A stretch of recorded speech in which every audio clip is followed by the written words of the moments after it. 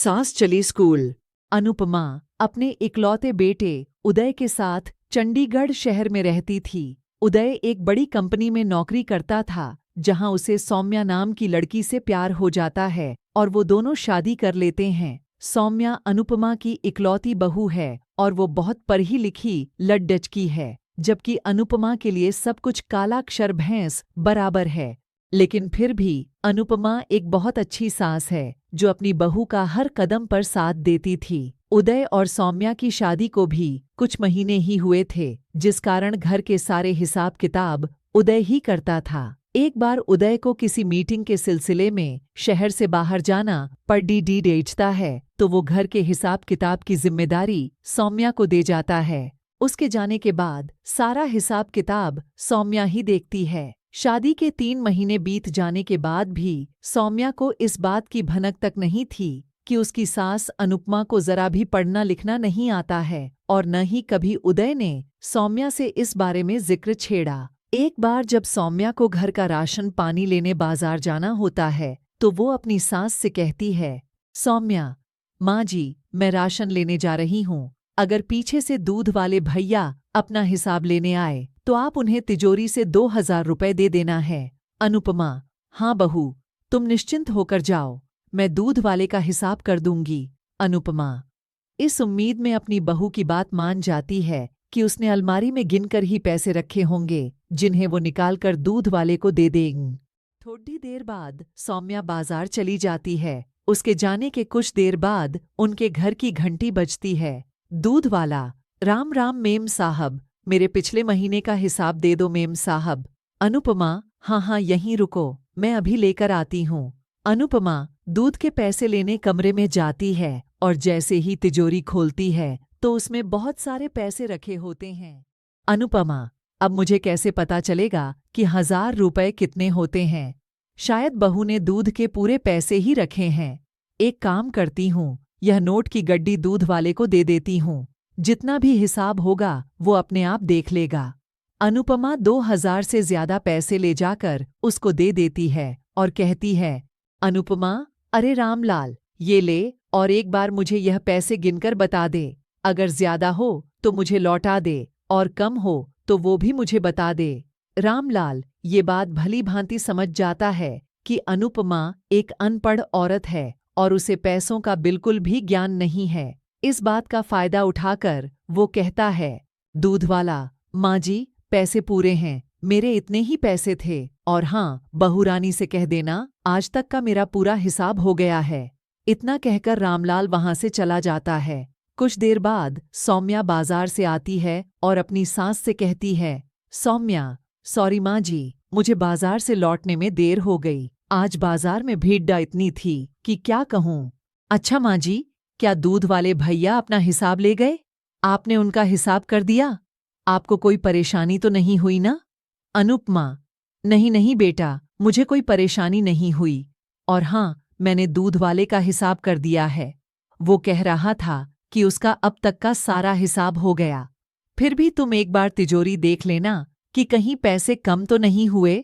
इसके बाद सौम्या आकर अपने कमरे में जाती है और तिजोरी खोलकर देखती है तो वहां पैसे कम होते हैं। वो आकर अनुपमा से पूछती है, सौम्या, माँ जी, आपने पैसे किसी और काम में भी खर्च किए हैं क्या? वहां से पैसे जरा ज्यादा निकले हैं, बुरा मत मानिएगा, मैं तो बस इसलिए पूछ रही हूँ कि आपने कहीं पैसे ज्यादा तो नहीं दे दिए, क्योंकि तिजोरी में पैसे 1000 रुपए से ज्यादा निकाले हैं। अगर आपने किसी काम में खर्च किए हैं तो कोई बात नहीं, यह पैसा है।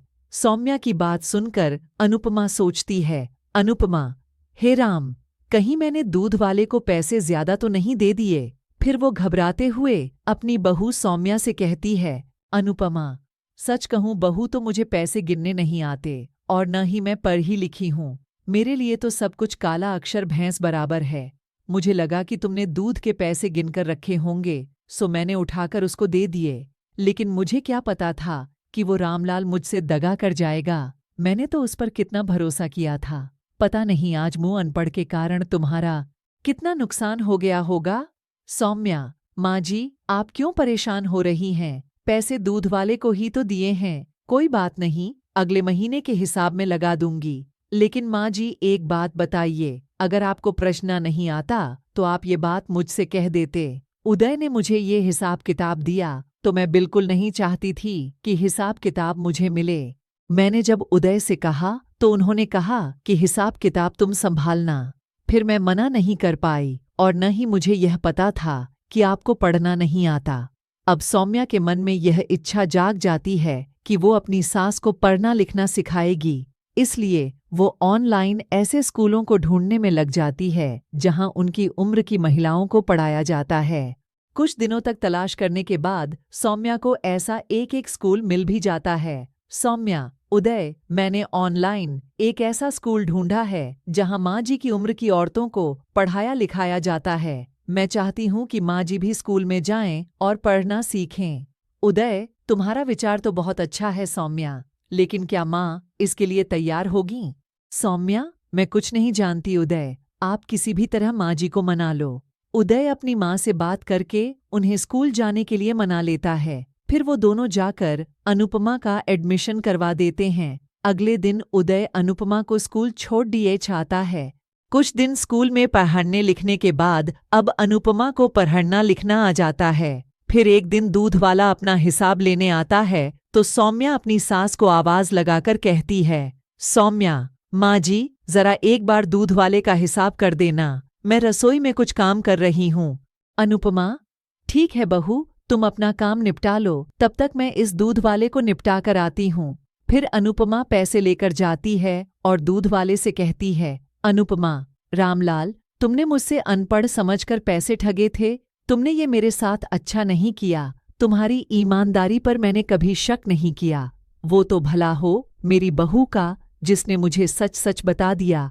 मैं तो खामखां तुम्हें ईमानदार समझ रही थी। आज के बाद अगर कभी किसी हिसाब में गड़बड़ हुई तो मुझसे बुरा कोई नहीं होगा। रामलाल को अपनी गलती का एहसास हो जाता है और वो अनुपमा से हाथ जोड़कर माफी मांगते हुए कहता है, दूध वाला, मुझे माफ कर दीजिए। मैम साहब, इतने नोट देखकर मैं लालच में आ गया था, इसलिए झूठ बोल दिया। आगे से ऐसी गलती नहीं होगी। अनुपमा आंखों में आंसू लिए रसोई में आती है और अपनी बहू से कहती है, अनुपमा, सौम्या बहू, आज सिर्फ तुम्हारे कारण मुझ में इतनी हिम्मत आई जो मैं ये हिसाब कर पाई। आज मुझे पढ़ाई की अहमियत समझ आ गई। बहू, पढ़ाई करके जो आत्मविश्वास और समाज में इज्जत मिलती है उसका भी अपना ही मजा है। तू मेरी बहू नहीं, बेटी है बेटी। भगवान तुझ जैसी बहू हर किसी को दे। सौम्या, माँ जी, ये सब आपकी मेहनत का ही नतीजा है जो आपने समाज की परवाह किए बिना अपनी पढ़ाई जारी रखी। मुझे गर्व है कि आप मेरी सास हैं। दोनों सास बहू आंखों में खुशी के आंसू लिए एक दूसरे को गले लगा लेती हैं।